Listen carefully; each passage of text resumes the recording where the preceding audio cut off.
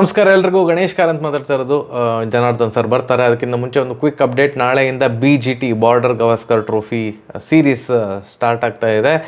And ನನಗೆ ನಾಳೆ ಮತ್ತು ನಾಡಿದ್ದು ಔಟ್ ಆಫ್ ಬೆಂಗಳೂರು ಕಾನ್ಸರ್ಟ್ ಇದೆ. ಸ್ವಲ್ಪ ಅಲ್ಲ, ತುಂಬ ಜಾಸ್ತಿ ಟ್ರಾವೆಲ್ ಮಾಡಲಿಕ್ಕಿದೆ, ಫ್ಲೈಟ್ ಗೀಟ್ ಅಂತ ಅಂದ್ಕೊಂಡು. ಸೊ ಅದರಿಂದ ನಾಳೆಯ ವೀಡಿಯೋ, ಮ್ಯಾಚ್ ಮುಗಿದ ಕೂಡಲೇ ನಾಳಿನ ವೀಡಿಯೋ ಇಟ್ ಈಸ್ 70% ಡೌಟ್ ಬರ್ತಾ ಇರೋದು. ನಾನು ಈಗಲೇ ಇನ್ಫಾರ್ಮ್ ಮಾಡಿದ್ದೇನೆ. ಮತ್ತು ದಯವಿಟ್ಟು ಇಲ್ಲಿ ಕಮ್ಯುನಿಟಿ ಟ್ಯಾಬಲ್ಲಿ ಇನ್ಸ್ಟಾಗ್ರಾಮಲ್ಲೆಲ್ಲ ಮೆಸೇಜ್ ಮಾಡಿ, ಬೈಯೋದೆಲ್ಲ ಬೇಡ ನನಗೆ.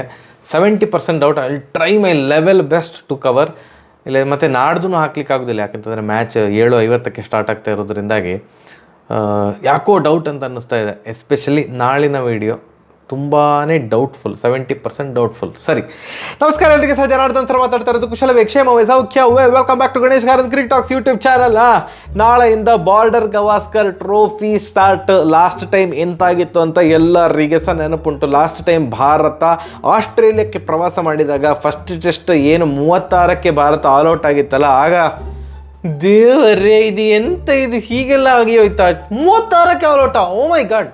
ಇನ್ಕ್ಲೂಡಿಂಗ್ ನಮ್ಮ ಒಂದು ಚಾನಲಲ್ಲಿ ಬಂದಂಥ ವೀಡಿಯೋಸ್ ಭಾರಿ ವೀರಾವೇಶದಿಂದ ಫುಲ್ ತುಪುಕ್ ಅಂತ ಬೈದಾಕಿದ್ದೆವು. ಅದಾದ ಮೇಲೆ ಆದದ್ದೇ ಹಿಸ್ಟ್ರಿ.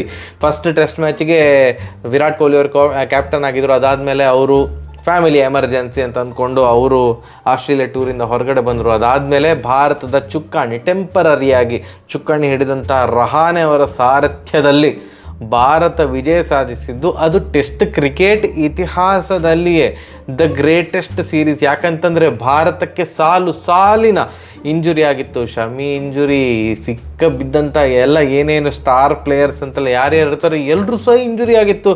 ಲಾಸ್ಟ್ ಯಾವುದೋ ಒಂದು ಟೆಸ್ಟ್ ಅಂತೂ ಲಾಸ್ಟ್ ಬಟ್ ಒನ್ ಟೆಸ್ಟಲ್ಲಂತೂ ಇನ್ನೇನು ಸೋಲ್ತಾರೆ ಅನ್ನುವಾಗ ಹನುಮ ವಿಹಾರಿ ಮತ್ತು ಅಶ್ವಿನ್ ಇಬ್ಬರು ಸಹ ಇಂಜುರ್ಡ್ ಪ್ಲೇಯರ್ಸ್ ನಿಂತ್ಕೊಂಡು ಆಡಿದಂತಹ ರೀತಿ, ಅದನ್ನು ಡ್ರಾ ಮಾಡಿದಂತಹ ರೀತಿ, ಕೊನೆಗೆ ಲಾಸ್ಟ್ ಟೆಸ್ಟ್ ಮ್ಯಾಚ್ ಪಂತ್ ಅವರು ಏನು ಸೂಪರಾಗಿ ಆಡಿ ಭಾರತ ಏನು ಟೆಸ್ಟ್ ಸೀರೀಸ್ ವಿನ್ ಆಗಿತ್ತು ಆಸ್ಟ್ರೇಲಿಯಾ ನೆಲದಲ್ಲಿ, ಚಿಂದಿ ಚಿತ್ರಾನ್ನ. ಆ್ಯಂಡ್ ಸೆಕೆಂಡ್ ಟೆಸ್ಟಲ್ಲಿ ರಹಾನೆ ಅವರು 100 ಹೊಡೆದು ಕಮ್ಬ್ಯಾಕ್ ಮಾಡಿ ಸೆಕೆಂಡ್ ಟೆಸ್ಟ್ ವಿನ್ ಆಗಿತ್ತು.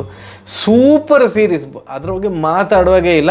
ಆ್ಯಂಡ್ ಇವಾಗ ಮತ್ತೆ ಪುನಃ ಅದನ್ನೇ ಪುನರಾವರ್ತಿಸ್ತದ ಭಾರತ ಅಂತ ಕಾದು ನೋಡಬೇಕು. WTC3 ಫೈನಲ್ ಗೀನನ್ನೆಲ್ಲ ಬಿಟ್ಟಾಕುವ ಆಯಿತಾ, ಅಷ್ಟೆಲ್ಲ ತುಂಬ ಓವರಾಗಿ ಕನಸು ಕಾಣೋದೆಲ್ಲ ಬೇಡ. WTC3 ಫೈನಲಿಗೆ ಸಿಲೆಕ್ಟ್ ಆದರೆ ಭಾರತ ಖುಷಿಯೇ, ವ್ಯಥೆ ಪಡೋದಿಲ್ಲ, ದುಃಖ ಪಡೋದಿಲ್ಲ, ಯಾಕೆ ಸಿಲೆಕ್ಟ್ ಆಯ್ತು ಅಂತೆಲ್ಲ ಹೇಳೋದಿಲ್ಲ. ಸಿಲೆಕ್ಟ್ ಆದರೆ ಖುಷಿ. ಬಟ್ ಅದ್ರ ಬಗ್ಗೆ ಕನಸು ಕಾಣಿಕೊಂಡು ಬರೋ ಸೀರೀಸನ್ನು ಹಾಳು ಮಾಡೋದು ಬೇಡ. ಈಗ ಭಾರತ ಸೀರೀಸ್ ವಿನ್ ಆದರೆ ನಮಗೆ ಅದೇ ಒಂದು ಭಾರಿ ಖುಷಿಯ ವಿಚಾರ ಆಗ್ತದೆ. ನಾಳೆ ಪರ್ತಲ್ಲಿ ನಡೀತಾ ಇರೋದು ಮೊದಲ ಟೆಸ್ಟ್ ಮ್ಯಾಚ್. ಆ್ಯಂಡ್ ಅದಕ್ಕೊಂದು ದೊಡ್ಡ ಒಂದು ಸೆಟ್ ಬ್ಯಾಕ್ ಅಂತ ಹೇಳ್ತಾರಲ್ಲ, ಒಂದು ದೊಡ್ಡ ಕಲ್ಲು ಬಿದ್ದಾಗೆ ಆಗಿದೆ. ಏನಂತಂದರೆ ಭಾರತದ ನಾಯಕ ರೋಹಿತ್ ಶರ್ಮಾ ಅವರು ಫಸ್ಟ್ ಟೆಸ್ಟಿಗಿಲ್ಲ. ಹಾಗೆಯೇ ಶುಭ್ಮನ್ ಗಿಲ್ ಅವರಿಗೆ ಪ್ರಾಕ್ಟೀಸ್ ಟೈಮಲ್ಲಿ ಇಂಜುರಿ ಆಗಿರೋದ್ರಿಂದಾಗಿ 2 ಮೇಯ್ನ್ ಪ್ಲೇಯರ್ಸ್, ಅದು ಟಾಪ್ ಆರ್ಡರ್ ಬ್ಯಾಟ್ಸ್ಮನ್ ಇಬ್ಬರು ಸಹ ಡಮಾರ್ ಆಗಿರೋದ್ರಿಂದಾಗಿ ಭಾರತಕ್ಕೆ ಈಗ ಇನ್ನೊಂದು ದೊಡ್ಡ ತಲೆನೋವಿನ ಸಂಗತಿ. ಮೊದಲ ಟೆಸ್ಟನ್ನು ಮುನ್ನಡೆಸ್ತಾ ಇರುವಂತಹ ನಾಯಕ ಈಗ ಬುಮ್ರಾ ಅವರ ನಾಯಕತ್ವದಲ್ಲಿ ಮೊದಲ ಟೆಸ್ಟ್ ಭಾರತ ಆಡ್ತಾ ಇದೆ. ಆ್ಯಂಡ್ ಇವಾಗ ತಂಡದಲ್ಲಿ ಖಂಡಿತವಾಗಿ ಸ್ವಲ್ಪ ಈಗ ಬದಲಾವಣೆ ಆಗ್ತದೆ. ಧ್ರುವ್ ಜುರೇಲ್ ಅವರು ಪ್ರಾಕ್ಟೀಸ್ ಮ್ಯಾಚಲ್ಲಿ ಭಾರಿ ಸೂಪರಾಗಿ ಆಡಿರೋದ್ರಿಂದ, India A versus South Africa, ಇದು ಆಸ್ಟ್ರೇಲಿಯಾ ಎ ಮ್ಯಾಚಲ್ಲಿ ತುಂಬ ಚಂದ ಮಾಡಿ ಆಡಿರೋದ್ರಿಂದಾಗಿ ನನ್ನ ಪ್ರಕಾರ ಖಂಡಿತವಾಗಿ ಸಹ ಧ್ರುವ್ ಜುರೇಲ್ ಅವರು ಪ್ಲೇಯಿಂಗ್ 11ಅಲ್ಲಿ ಕಾಣಿಸಿಕೊಳ್ತಾರೆ. ಸರ್ಫರಾಜ್ ಖಾನಿಗೆ ಪ್ಲೇಯಿಂಗ್ 11ಅಲ್ಲಿ ಜಾಗ ಇಲ್ಲ ಅಂತ ಅನ್ನಿಸ್ತಾ ಇದೆ. ಬಟ್ ವಿಕೆಟ್ ಕೀಪರ್ ಆಗಿ ಧ್ರುವ್ ಜುರೇಲ್ ಅವರು ಕಾಣಿಸ್ಕೊಳ್ತಾರ? ಇಲ್ಲ, ವಿಕೆಟ್ ಕೀಪರ್ ಆಗಿ ಪಂತ್ ಅವರು ಇರ್ತಾರೆ. As a batter Dhruv Jurel ಅವರು ತಂಡದಲ್ಲಿ ಸ್ಥಾನ ಗಳಿಸ್ಕೊಳ್ತಾರೆ ಅಂತ ನನಗೆ ಅನ್ನಿಸ್ತಾ ಇದೆ. ಪ್ಲೇಯಿಂಗ್ 11 ಬಗ್ಗೆ ಮಾತಾಡಿ ಬಿಡುವ, ಅದಾದಮೇಲೆ ಏನು ಅಂತ ಹೇಳೋ. ಪ್ಲೇಯಿಂಗ್ 11ಅಲ್ಲಿ ಅಫ್ಕೋರ್ಸ್ ಯಶಸ್ವಿ ಜೈಸ್ವಾಲ್ ಅವರು ಪ್ಲೇಯಿಂಗ್ 11ಅಲ್ಲಿ ಇದ್ದೇ ಇರ್ತಾರೆ, ಅಂದರೆ ಓಪನರ್ ಆಗಿ ಇದ್ದೇ ಇರ್ತಾರೆ. ಈಗ ಓಪನರ್ ಆಗಿ ಯಾರು ಬರ್ಬೋದು? ಈಶ್ವರನ್ನು ಬರ್ಬೋದಾ, ಅಥವಾ ಒಂದು ಬಲಿಕ ವಕ್ರ ಅಂತ ನಮ್ಮ ತಂಡದಲ್ಲಿ ಇರುವಂತಹ KL ರಾಹುಲ್ ಅವರು ಬರ್ಬೋದಾ? ನನ್ನ ಪ್ರಕಾರ ಭಾರತ ಎಕ್ಸ್ಪೀರಿಯನ್ಸ್ ಜೊತೆಗೆ ಹೋಗಲಿಕ್ಕೆ ಇಷ್ಟಪಡ್ತದೆ. ಆದ್ದರಿಂದ KL ರಾಹುಲ್ ಅವ್ರನ್ನ, ಅದೇ ಬಲಿಕ ವಕ್ರ ಪಾಪ ಅವರು ಯಾವ ಒಂದು ಬ್ಯಾಟಿಂಗ್ ಆರ್ಡರ್ ಕೊಟ್ಟರೆ ಸಹ ನಾನು ಆಡ್ತೇನೆ ಅಂತ ಅಂತಾರೆ, ಒಂಥರ ಸೆಲ್ಫ್ಲೆಸ್ ಗೈ. ಸೊ KL ರಾಹುಲ್ ಅವರಿಗೆ ಓಪನರ್ ಚುಕ್ಕಾಣಿ ಮತ್ತೆ ಪುನಃ ಸಿಗಬಹುದು ಈ ಟೆಸ್ಟ್ ಮ್ಯಾಚಲ್ಲಿ ಅಂತ ಅನ್ನಿಸ್ತಾ ಇದೆ. ಈಶ್ವರನಿಗೆ ಆಡಿಸಿದರೆ, ಓಪನರ್ ಆಗಿ ಈಶ್ವರನನ್ನು ಆಡಿಸಿದರೆ ಒನ್ ಡೌನ್ ಸ್ಥಾನಕ್ಕೆ ಕೆ ಎಲ್ ಅವ್ರನ್ನ ಆಡಿಸ್ಬೋದು. ಕೆ ಎಲ್ ರಾಹುಲ್ ಅವ್ರನ್ನ ಆಡಿಸಿಯೇ ಆಡಿಸ್ತಾರೆ, ಬಟ್ ಒನ್ ಡೌನಲ್ಲಿ ಆಡಿಸ್ತಾರಾ, ಆ್ಯಸ್ ಅನ್ ಓಪನರ್ ಆಡಿಸ್ತಾರಾ ಗೊತ್ತಿಲ್ಲ. ನನ್ನ ಪ್ರಕಾರ ಓಪನರ್ ಆಗಿ ಕೆ ಎಲ್ ರಾಹುಲ್ ಅವ್ರನ್ನ ಕಳಿಸಿ ಒನ್ ಡೌನ್ ಸ್ಥಾನಕ್ಕೆ ದೇವದತ್ ಪಡಿಕ್ಕಲ್ ಅವ್ರನ್ನ ಆಡಿಸ್ಬೋದು. India A versus Australia A ಮ್ಯಾಚಲ್ಲಿ Devdutt Padikkal to an extent ಚಂದ ಮಾಡಿ ಆಡಿದರು. ಅವ್ರದ್ದು ಒಂದು ಫಾರ್ಮ್ ಚಂದ ಉಂಟಂತೆ, ಅಂದರೆ ದೇಶೀಯ ಕ್ರಿಕೆಟಲ್ಲಿ ಅವರ ಫಾರ್ಮ್ ಚೆನ್ನಾಗಿದೆ. ಸೊ ಆದ್ದರಿಂದ ಒನ್ ಡೌನ್ ದೇವದತ್ ಪಡಿಕ್ಕಲ್ ಅವ್ರನ್ನ ಆಡಿಸಬಹುದು. ಇಲ್ಲದಿದ್ದರೆ ಈಶ್ವರನ್ ಅವ್ರನ್ನ ಓಪನರ್ ಆಗಿ ಆಡಿಸಿದರೆ K L Rahul one down ಆಡ್ತಾರೆ, ಪಡಿಕ್ಕಲ್ಗೆ ಚಾನ್ಸ್ ಸಿಗೋದಿಲ್ಲ. ಮತ್ತೆ ಬರೋದು ವಿರಾಟ್ ಕೊಹ್ಲಿ, ರಿಷಬ್ ಪಂತ್, ಧ್ರುವ್ ಜುರೇಲ್. ಅದು ಮೂರಾದ್ಮೇಲೆ ಇನ್ನೂ ಬರ್ತಾ ಇರೋದು ನಿತೀಶ್ ಕುಮಾರ್ ರೆಡ್ಡಿ. ಇವರು ಆಡೋದು ಬಹುತೇಕ ಖಚಿತ ಅಂತ ಅನ್ನಿಸ್ತಾ ಇದೆ. ಅವರು ಟೆಸ್ಟ್ಗೆ ಡೆಬ್ಯೂ ಮಾಡ್ತಾರೆ ನಾಳೆ ಪರ್ತಲ್ಲಿ. ಯಾಕಂತಂದರೆ ಭಾರತಕ್ಕೆ ಒಬ್ಬ ಬೌಲಿಂಗ್ ಆಲ್ರೌಂಡರ್ ಅಗತ್ಯ ಇದೆ. Bowling allrounder, spin bowling allrounder ಅಲ್ಲ, ಫಾಸ್ಟ್ ಬೌಲಿಂಗ್ ಆಲ್ರೌಂಡರ್ ಅಗತ್ಯ ಇದೆ.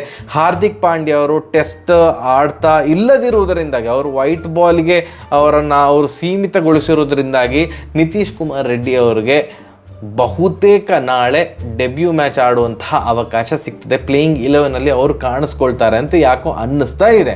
ಆ್ಯಂಡ್ ಜಡೇಜಾ ಅವರಿಗೆ ಮಣೆ ಹಾಕುವುದಿಲ್ಲ ಅನ್ನುವಂಥ ಮಾತು ಎಲ್ಲ ಕೇಳಿ ಬರ್ತಾ ಉಂಟು. ಜಡೇಜಾ ಅವರ ಬದಲು ಭಾರತದ ಲೆಜೆಂಡರಿ ಸ್ಪಿನ್ ಬೌಲರ್ ಅಶ್ವಿನ್ ಅವರನ್ನು ಏಕೈಕ ಸ್ಪಿನ್ನರ್ ಆಗಿ ಭಾರತ ಕಣಕ್ಕಿಳಿಸ್ತಾ ಇದೆಯಂತೆ. ಸುಮಾರು ಆರ್ಟಿಕಲ್ ಓದಿದ್ದೆ, ಜಡೇಜಾ ಅವ್ರನ್ನ ಪ್ಲೇಯಿಂಗ್ 11ನಲ್ಲಿ ಇನ್ಕ್ಲೂಡ್ ಮಾಡಿದೆ. ಅಶ್ವಿನ್ ಅವರ ಮುಖಾಂತರ ಅಶ್ವಿನನ್ನು ಪ್ರೈಮರಿ ಸ್ಪಿನ್ನರ್ ಆಗಿ ಭಾರತ ಪರಿಗಣಿಸ್ತಾ ಇದೆ. ಆ ಕಡೆ ಲಯನ್ ವಿಕೆಟ್ ತೆಗೆಯುವಾಗ ನಮ್ಮ ಒಂದು ಆಫ್ ಸ್ಪಿನ್ನರ್ ಅಶ್ವಿನ್ ಅವರು ಯಾಕೆ ವಿಕೆಟ್ ತೆಗಿಲಿಕ್ಕೆ ಆಗೋದಿಲ್ಲ ಅಂತ ಭಾರತ ನಿರ್ಣಯಕ್ಕೆ ಬಂದಿರಬಹುದು. ಕಳೆದ WTC 1 ಮತ್ತು 2 ಅಲ್ಲಿ ನಾವೆಲ್ಲ ಅದೇ ಹೇಳ್ತಿದ್ದಲ್ಲ, ಫೈನಲ್ ತನಕ ಹೋಗ್ಲಿಕ್ಕೆ ಅಶ್ವಿನ್ ಬೇಕು ಮತ್ತು ಫೈನಲಲ್ಲಿ ಆಡಿಸೋದಿಲ್ಲ ಅಂತ. ಈಗ ಭಾರತ ಫೈನಲಿಗೆ ಹೋಗುದಿಲ್ಲ ಅನ್ನೋ ಒಂದು ಸ್ಥಿತಿಗೆ ಬಂದಿದೆಯಲ್ಲ. ಸೊ ಆದ್ದರಿಂದ ಅಶ್ವಿನ್ ಅವ್ರನ್ನ ಧೈರ್ಯವಾಗಿ ಕಣಕ್ಕಿಳಿಸ್ತಾ ಇದೆ ಭಾರತ ತಂಡ ಅಂತ ಅನ್ನಿಸ್ತಾ ಇದೆ.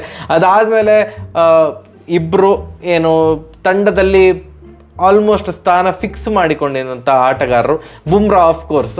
ಅದಾದಮೇಲೆ ಮೊಹಮ್ಮದ್ ಸಿರಾಜ್ ಅವ್ರನ್ನ ಆಸ್ಟ್ರೇಲಿಯಾ ನೆಲದಲ್ಲಿ ಭಾರತ ಆಡಿಸ್ತಾರೆ ಅಂತವೇ ಅನ್ನಿಸ್ತಾ ಇದೆ. ಆ್ಯಂಡ್ ಥರ್ಡ್ ಸೀಮರ್ ಆಗಿ ಆಕಾಶ್ ದೀಪ್ ಅವ್ರನ್ನ ಆಡಿಸ್ತಾರೆ. ಬಟ್ ಕೆಲವೊಂದು ಮಾತುಗಳು ಕೇಳಿ ಬರ್ತಾ ಇದೆ, ಪರ್ತ್ ಪಿಚ್ಚಲ್ಲಿ ಬೌನ್ಸ್ ಇರೋದ್ರಿಂದಾಗಿ ಪ್ರಸಿದ್ಧ ಕೃಷ್ಣ ಸಿಕ್ಕಾಪಟ್ಟೆ ಟಾಲ್ ಬೌಲರ್, ತುಂಬ ಎತ್ತರದ ಬೌಲರ್ ಆಗಿರೋದ್ರಿಂದಾಗಿ ಅವರು ನಮ್ಮ ಕನ್ನಡದ ಹುಡುಗ ಪ್ರಸಿದ್ಧ ಕೃಷ್ಣಗೆ ಅವಕಾಶ ಸಿಕ್ಕಿದರೂ ಆಶ್ಚರ್ಯ ಇಲ್ಲ ಅಂತ. ಯಾಕಂದರೆ ಬೌನ್ಸಿ ಪಿಚ್ಚಲ್ಲಿ ಅವ್ರಿಗೆ ಆಲ್ರೆಡಿ ಹೈಟ್ ಇರೋದ್ರಿಂದಾಗಿ ಬಾಡಿ ಲೈನ್ ಬೌನ್ಸರ್ ಹಾಕಲಿಕ್ಕೆ, ಎಸ್ಪೆಷಲಿ ಹೆಡ್ ಅವರಿಗೆಲ್ಲ ಹೆಡ್ಡಿಗೆ ಬಾಲ್ ಹಾಕಬೇಕು ಅಂತ ಪ್ರಸಿದ್ಧ ಕೃಷ್ಣ ಅವ್ರನ್ನ ಆಡಿಸಿದ್ರು ಕೂಡ ಆಶ್ಚರ್ಯ ಇಲ್ಲ. ಯಾವುದೋ ಒಂದು ವಿಡಿಯೋ ನೋಡಿದ್ದೆ, ನನಗೆ ಸಹ ಅದು ಕರೆಕ್ಟ್ ಅಂತ ಅನಿಸಿತು. ಏನು ಅಂತಂದರೆ, ಭಾರತ ಲಾಸ್ಟ್ ಏನು ಸೀರೀಸ್ ಇತ್ತು ಬಾರ್ಡರ್ ಗವಾಸ್ಕರ್ ಟ್ರೋಫಿ, ಆಸ್ಟ್ರೇಲಿಯಾಕ್ಕೆ ಭಾರತ ಪ್ರವಾಸ ಮಾಡಿದಾಗ ಯಾಕೆ ಭಾರತ ವಿನ್ ಆಗಿತ್ತು ಅಂತಂದರೆ 36ಕ್ಕೆ ಆಲ್ ಔಟ್ ಆಗಿದೆ ಹೌದು, ಬಟ್ ಸ್ಟಿಲ್ ಭಾರತ ವಿನ್ ಆಯಿತು ಸೀರೀಸ್. ಯಾಕೆಂತಂದರೆ ಪ್ಲೇಯಿಂಗ್ 11ನಲ್ಲಿ ಟಾಪ್ 6 ಅಥವಾ ಟಾಪ್ 7 ಬ್ಯಾಟ್ಸ್ಮನಲ್ಲಿ 3 ಜನ ಟೆಸ್ಟ್ ಸ್ಪೆಷಲಿಸ್ಟ್ಸ್ ಇದ್ದರು, ನಿಂತ್ಕೊಂಡು ಆಡುವಂಥ ವಾಲ್. ರಾಹುಲ್ ದ್ರಾವಿಡ್ ಅವರು ದ ವಾಲ್, ಬಟ್ ಆ ಥರ ನಿಂತು ಆಡುವಂತಹ 100 ಬಾಲಿಗೆ 20 ರನ್ನು ಹೊಡೆದು ವಿಕೆಟನ್ನು ಕಾಯ್ದುಕೊಳ್ಳುವಂತಹ ಕೆಪ್ಯಾಸಿಟಿ ಇರುವಂಥ ಆಟಗಾರರು ಆಗ ಇದ್ದರು, ರಹಾನೆ, ಪೂಜಾರ ಮತ್ತು ವಿಹಾರಿ. ಬಟ್ ಇವಾಗಿನ ಟಾಪ್ 7 ಬ್ಯಾಟಿಂಗಲ್ಲಿ ನಿಮಗೆ ಆ ಥರದ ಟ್ರೆಡಿಷ್ನಲ್ ಕ್ರಿಕೆಟ್, ಆಸ್ಟ್ರೇಲಿಯಾ ನೆಲದಲ್ಲಿ ಸ್ವಲ್ಪ ಟ್ರೆಡಿಷ್ನಲ್ ಕ್ರಿಕೆಟ್ ಆಡುವಂಥ ಆಟಗಾರರು ಬೇಕಾಗ್ತಾರೆ. ಅನ್ಫಾರ್ಚುನೇಟ್ಲಿ ಟಾಪ್ 7 ಬ್ಯಾಟ್ಸ್ಮನಲ್ಲಿ ಒಬ್ಬರು ಕೂಡ ಅಷ್ಟು ಹೊತ್ತು ನಿಲ್ಲುವಂಥ ಆಟಗಾರರಿಲ್ಲ. ಟೆಕ್ನಿಕ್ ವೈಸ್ ನೋಡೋದಿದ್ರೆ ಖಂಡಿತವಾಗಿ ಕೆ ಎಲ್ ರಾಹುಲ್ ಅವರಿಗೆ ಆ ಸಾಮರ್ಥ್ಯ ಇದೆ, ಬಟ್ ಅವರು ಆಲ್ರೆಡಿ ಪಾಪ ಅವರು ಎಂತ ಹೇಳೋದು, ಕಾನ್ಫಿಡೆನ್ಸ್ ಕಡಿಮೆ ಆಗಿದೆ. ಈ ಸೀರೀಸ್ ಭಾರತ ವಿನ್ ಆಗಬೇಕು ಅಂತಂದರೆ ಪಂತಿದ ಆಟ ಆಡಬೇಕು. ಬಟ್ ನಾವೆಲ್ಲರೂ ಕಾತುರದಿಂದ ಕಾಯ್ತಾ ಇರೋದು ಏನಂತಂದರೆ that old Kohli, that aggressive Kohli. ಈಗ ಎಂತಾಗಿದೆ ಪಾಪ, ಅವರು ಭಯಂಕರ ಸಾಧುವಾಗಿ ಹೋಗಿದ್ದಾರೆ. ಅವರು ಮ್ಯಾಚ್ ಮುಗಿದ ಕೂಡಲೇ ಅಥವಾ ಸೀರೀಸ್ ಮುಗಿದ ಕೂಡಲೇ ಅವರು ಧ್ಯಾನದಲ್ಲಿ ತೊಡಗಿಸ್ಕೊಳ್ತಾರೆ, ಅಥವಾ ರಿಲಿಜಿಯಸ್ ಏನು ಕಾರ್ಯಕ್ರಮಗಳಿದೆ ಅದರಲ್ಲಿ ಜಾಸ್ತಿ ಕಾಣಿಸ್ಕೊಳ್ತಾ ಇದ್ದಾರೆ. ಸೊ ಆದ್ದರಿಂದ ನಮಗೆ ಆ ಒಂದು ಓಲ್ಡ್ ಹುಟ್ಟಿದ್ದು ಆ ಅಗ್ರೆಸಿವ್ ಕೊಹ್ಲಿ ಎಲ್ಲೋ ಮಿಸ್ ಆಗ್ತಾ ಇದೆ ಅಂತ ನಮ್ಗೆ ಅನ್ನಿಸ್ತಾ ಉಂಟು. ಆ ಅಗ್ರೆಸಿವ್ನೆಸ್ ಇದ್ದರೆ ಮಾತ್ರ ಅವ್ರದ್ದು ಬೆಸ್ಟ್ ಆಫ್ ಬೆಸ್ಟ್ ಗೇಮ್ ಬರೋದು ಅಂತ ಎಲ್ಲರೂ ಸಹ ಮಾತಾಡಿಕೊಳ್ತಿದ್ದಾರೆ. ಅದಕ್ಕೆ ನಾನು ಕೂಡ ಒಪ್ಪಿಗೆ ಸೂಚಿಸ್ತೇನೆ. ಸೊ ವಿರಾಟ್ ಕೊಹ್ಲಿ ಅವರು ಸೂಪರ್ ಚಿತ್ರಾನ್ನ ಮಾಡಿ ಆಡಿದರೆ, ಆ್ಯಂಡ್ ಇಂಥ ಪಿಚ್ಗಳು ಅವರ ಗೇಮಿಗೆ ಸೂಟ್ ಆಗ್ತದೆ. ಭಾರತದ ಪಿಚ್ಗಳಿಗಿಂತ ಅವ್ರದ್ದು ಈ ಆಸ್ಟ್ರೇಲಿಯನ್ ಪಿಚ್ಚಸಲ್ಲಿ ಅವ್ರದ್ದು ರೆಕಾರ್ಡ್ ಅಥವಾ ಅವರ ಗೇಮಿಗೆ ಸೂಟ್ ಆಗುವಂತಹ ಪಿಚ್ಗಳು. ಈ ಒಂದು ಪಿಚ್ಚಲ್ಲಿ ಈ 5 ಟೆಸ್ಟ್ ಮ್ಯಾಚಲ್ಲಿ ವಿರಾಟ್ ಕೊಹ್ಲಿ ಅವರು ಏನಾದರೂ ಆ ಒಂದು ಹಳೆ ಗತಕಾಲದ ಒಂದು ಹುಲಿ ಅಂತ ಹೇಳ್ತಲ್ಲ, ಆ ಥರ ಹುಲಿ ಆಟ ಪ್ರದರ್ಶನ ಮಾಡಿದರೆ ಭಾರತ ಖಂಡಿತವಾಗಿ ಸೀರೀಸ್ ವಿನ್ ಆಗ್ಬೋದು. ಬಟ್ ಇವಾಗ ಸದ್ಯಕ್ಕೆ ಭಾರತದ ಒಂದು ಕಾನ್ಫಿಡೆನ್ಸ್, ಭಾರತದ ಆಟಗಾರರ ಕಾನ್ಫಿಡೆನ್ಸ್ ಲಾಸ್ಟ್ 3 ಟೆಸ್ಟ್ ಮ್ಯಾಚಲ್ಲಿ ಅವರ ಪ್ರದರ್ಶನ ನೋಡಿದಾಗ ಯಾಕೋ ಸ್ವಲ್ಪ ಡೌಟ್ ಅಂತ ಅನ್ನಿಸ್ತಾ ಉಂಟು. ಸೀರೀಸ್ ಸದ್ಯಕ್ಕೆ 70% ಆಸ್ಟ್ರೇಲಿಯಾ ವಿನ್ ಆಗ್ತದೆ ಅಂತ ಅನ್ನಿಸ್ತಾ ಇದೆ ಸದ್ಯಕ್ಕೆ. ಬಟ್ ಹೇಳಲಿಕ್ಕೆ ಆಗೋದಿಲ್ಲ, ಉಲ್ಟಂ ಪಲ್ಟ ಆಗ್ಬೋದು. ಭಾರತದ ಬ್ಯಾಟ್ಸ್ಮನ್ ಸೂಪರಾಗಿ ಬ್ಯಾಟಿಂಗ್ ಮಾಡಲಿ, ಬೌಲರ್ಸು ಪಟ ಅಂತ ವಿಕೆಟ್ ತೆಗಿಲಿ ಅಂತ ಆಶಿಸ್ತೇವೆ. ಎಸ್, ರೋಹಿತ್ ಶರ್ಮಾ ಅವರಿಲ್ಲ, ಗಿಲ್ ಅವರಿಲ್ಲ. ಎಸ್ಪೆಷಲಿ ಗಿಲ್ ಅವರನ್ನು ಭಾರತ ಸೆಕೆಂಡ್ ಇನ್ನಿಂಗ್ಸಲ್ಲಿ ಮಿಸ್ ಮಾಡಿಕೊಳ್ತದೆ. ಗಿಲ್ ಅವರ ಒಂದು ಸೆಕೆಂಡ್ ಇನ್ನಿಂಗ್ಸ್ ಆ್ಯಾವ್ರೇಜ್ ತುಂಬ ಚೆಂದ ಉಂಟು. ಸೊ ಅವರನ್ನು ಸೆಕೆಂಡ್ ಇನ್ನಿಂಗ್ಸಲ್ಲಂತೂ ಖಂಡಿತವಾಗಿ ಸಹ ಭಾರತ ಮಿಸ್ ಮಾಡಿಕೊಳ್ತದೆ. ಬಟ್ ಸಿಕ್ಕಂಥ ಅವಕಾಶವನ್ನು KL ರಾಹುಲ್, ದೇವದತ್ ಪಡಿಕ್ಕಲ್ ಅಥವಾ ಅಪ್ಪಿತಪ್ಪಿ ಈಶ್ವರನ್ ಅವರಿಗೆ ಚಾನ್ಸ್ ಎಲ್ಲ ಸಿಕ್ಕಿದರೆ ಆ ಅವಕಾಶವನ್ನು ಎರಡೂ ಕೈಗಳಿಂದ ತಬ್ಬಿಕೊಂಡು ಬಾಚಿಕೊಂಡು ಒಳ್ಳೆ ಪ್ರದರ್ಶನ ಕೊಡಲಿ ಅಂತ ನಾವು ಈ ಮೂಲಕ ಆಶಿಸ್ತೇವೆ. ಸರಿ, ನಾಳೆ ನಾನು ಮೊದಲೇ ಹೇಳಿದಾಗೆ 70% ನಾಳೆ ವಿಡಿಯೋ ಬರುವುದಿಲ್ಲ. ವಿಡಿಯೋ ಬಂದರೆ ಹಬ್ಬ ಗಮ್ಮತ್ತು ಮಾಡುವ. ಸರಿಯಾಗಿದ್ರೆ ಬರುವ. ನಮಸ್ಕಾರ.